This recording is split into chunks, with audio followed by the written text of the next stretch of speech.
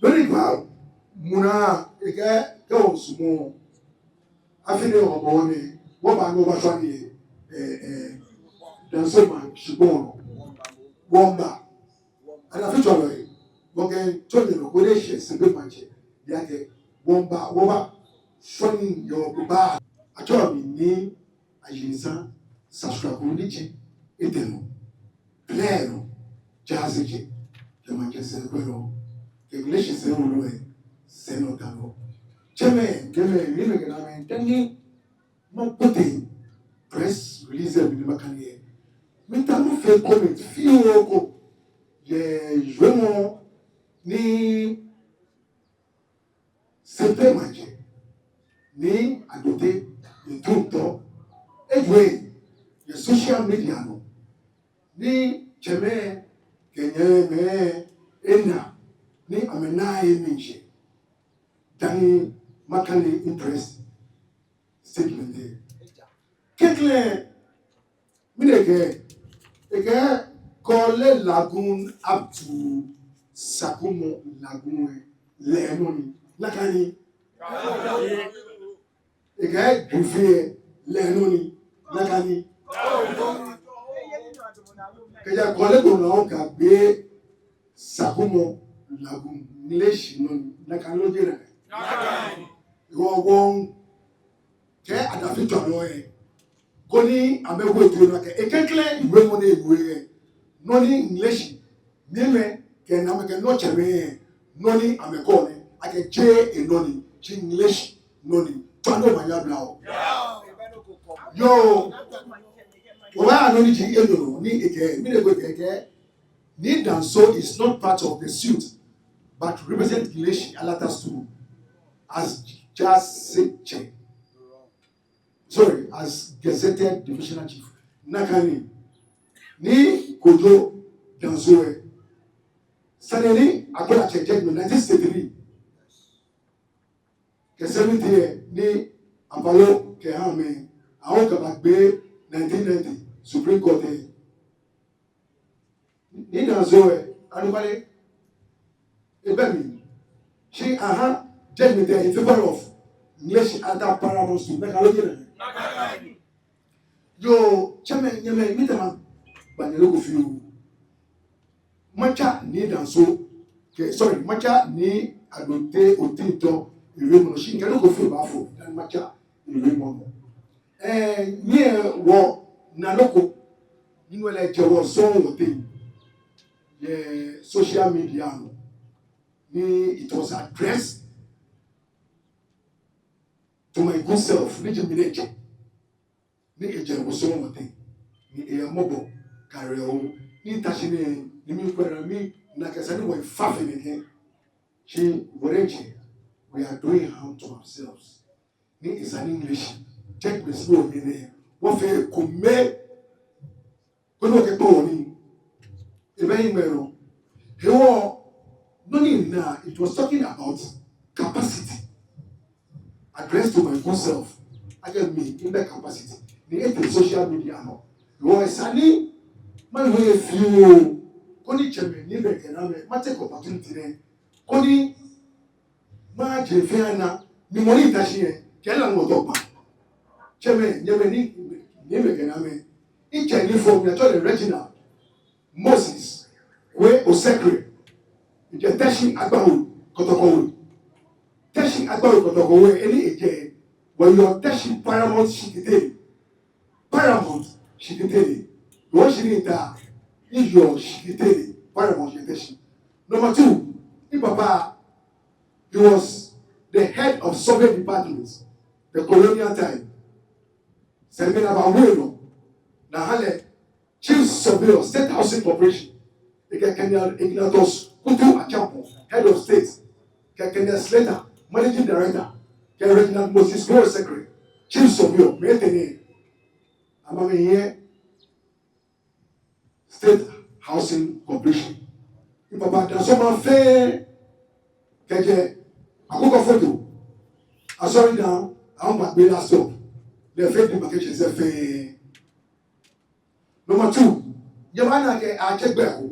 the judgment ni adote otito e ke to documents ne sign ya me be di ni jao doade ni eje craft family leke ni ya doade ni mi ni ho de ni tashine inye ni formule go me ho na ma stake for here e check di Alfred Alexander Kwakutego leke Alfred Alexander Kwakutego ne enye se ji ni ya doade o de cheseji player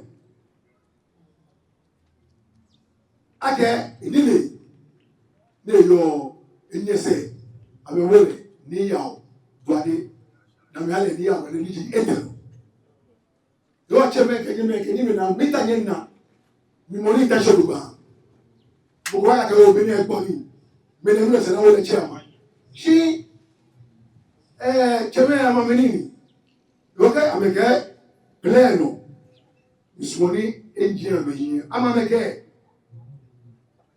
yo shinita mita konima chefe tete anele age je pokimi ni roso de o makomo shi mo esa no fe kombe koni woni eni ya ni mi koni no fe wo gba ke machia ke machia ni woson shishino ba wo de woson wo de lo cheme kejeme nyara do macha ni adote otinto ini bi ne ewe ye social media no by the substantive press statement there we dey get need that so if papa shia ne lo de that so ma ni che wa for need that so ye igele adote igele no lero yo all that so ma any ato that so ma shishi yo media wo ye to no koni ya ni adote otinto se be ma channel le ake ni that so ena for ila kotoba ni ji before the get impelica call there nation be anori tano na bla of no Tamachano one mayor of Accra ni one current president His Excellency John Dramani Mahama ewole Igbeji Honorable Bakpo aloje na jo ri ke ake Bakpo be do fe wole ni Bakpo e wole ake ejembe yes be one media one way to know ake wo sebe manche ewe mo mi e efa ni Bakpo Honorable ni Bakpo alote agebe that's so much shipon nika Jogobri and its surrounding areas it's a Ramsar site alote go wonta wo ni Honorable ni Bakpo alote wo wo etwero again le shefe inkelake eleta aye chieftaincy matters yejebe eye shiponsani chieftaincy matters are your traditional regional and national chiefs God we be finally be Supreme Court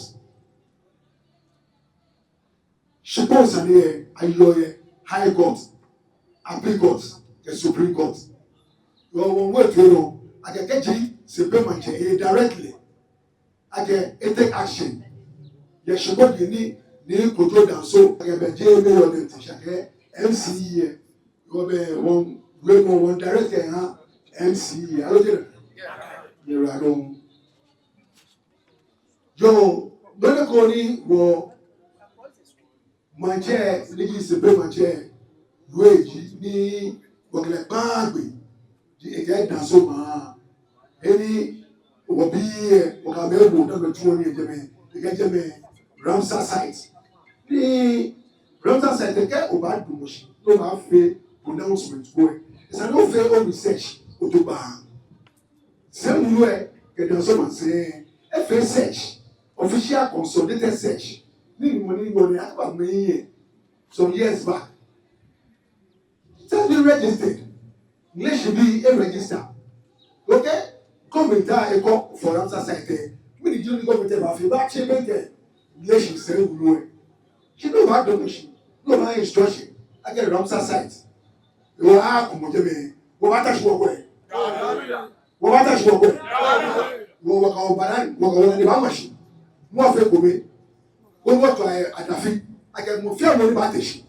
I can take action and the what feel ready. What feel ready.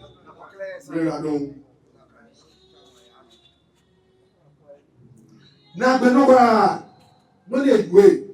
Me just say much. Dey really a back in now wa ke chebe am me fun wa ji. E get me e get ke e ni me ju o. E get ke e ni me ju o. Wo media wo dey to no.